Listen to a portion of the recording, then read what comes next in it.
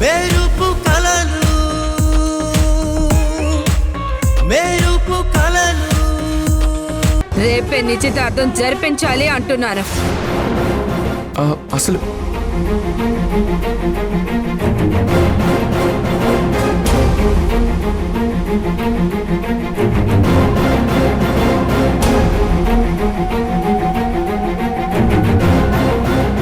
కొంతమందికి వాళ్ళ హద్దులు వాళ్లకు తెలియాలి.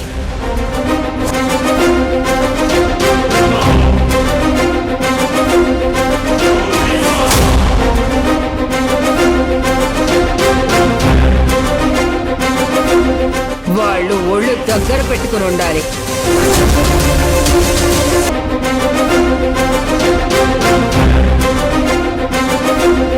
వాళ్ళు ఒళ్ళు దగ్గర పెట్టుకుని ఉండాలి.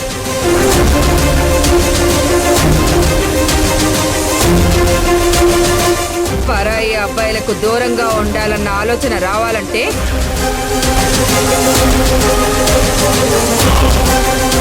రేపే నిశ్చితార్థం జరగాలి.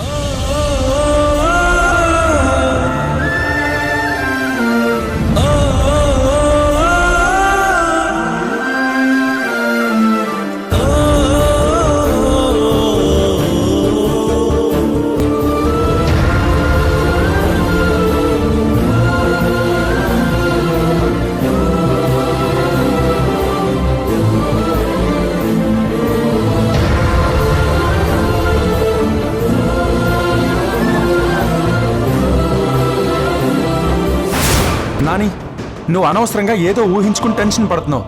అరే ఒక్కసారి నా మాట వినవే. నువ్వు నా దగ్గరకు రావద్దు. నేను చచ్చిపోవాలని అందరికీ ఉన్నట్టుంది.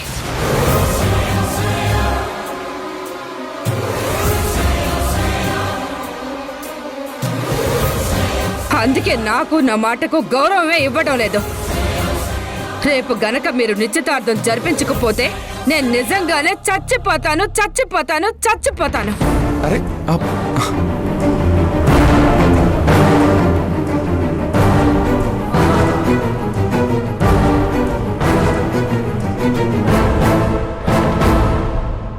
ఆ తర్వాత మీ ఇష్టం.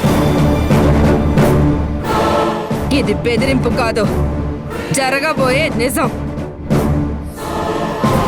ఎందుకత్తయ్య ఇలా చేస్తున్నారు? రేపటికి రేపు నిశ్చితార్థం అంటే ఎలా? మీరేగా అన్నారు వారం రోజులని. మళ్ళీ ఒక్క రోజులో మనసు మార్చుకున్నారు. అవునే, మార్చుకున్నాను. మీరు ఈ ఇంట్లో వాళ్ళు మారలేదు కాబట్టి నేను మాట మార్చాల్సి వచ్చింది. మీరు పెళ్లి ఎప్పుడైనా చేసుకోండి, రేపు మాత్రం నిశ్చితార్థం జరిపించాలి జరిపించాలి జరిపించాలి. అయ్యో అత్తయ్య, కానీ అందర్నీ పిలిచి ముహూర్తాలు పెట్టించి రేపు నిశ్చితార్థం జరిపించాలంటే ఎలా అత్తయ్య గారు? అదంతా నాకు తెలీదు. రేపు గనక నిశ్చితార్థం జరగకపోతే రేపు సాయంత్రానికల్లా నా శవాన్ని చూస్తారు. ఏంట్రా వాసు ఇది? నువ్వైనా నచ్చ చెప్పరా? రేపే అంటే ఎలా కుదురుతుందిరా? నిశ్చితార్థం అంటే ఎన్ని పనులుంటాయి, ఎన్ని చక్క పెట్టుకోవాలి.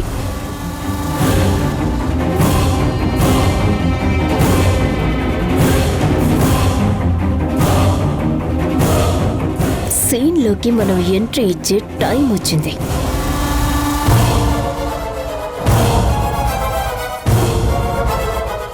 ఆంటీ, ఇలా అంటున్నానని నన్ను తప్పుగా అనుకోకండి. బామ్మగారు రేపే నిశ్చితార్థం జరిపించాలని పట్టుబడుతున్నారు కాబట్టి నేను చెప్తున్నాను. మీరు నిశ్చితార్థం జరిపించాలి అంటే గొప్పగా అందర్నీ పిలవాల్సిన అవసరం లేదు. రేపు మా ఆఫీస్ యానివర్సరీ ఉంది. మీరందరూ అక్కడికి వస్తే ఆఫీస్ స్టాఫ్ ముందే మేమిద్దరం సింపుల్ గా రింగులు మార్చుకుంటాం. సరిపోతుంది.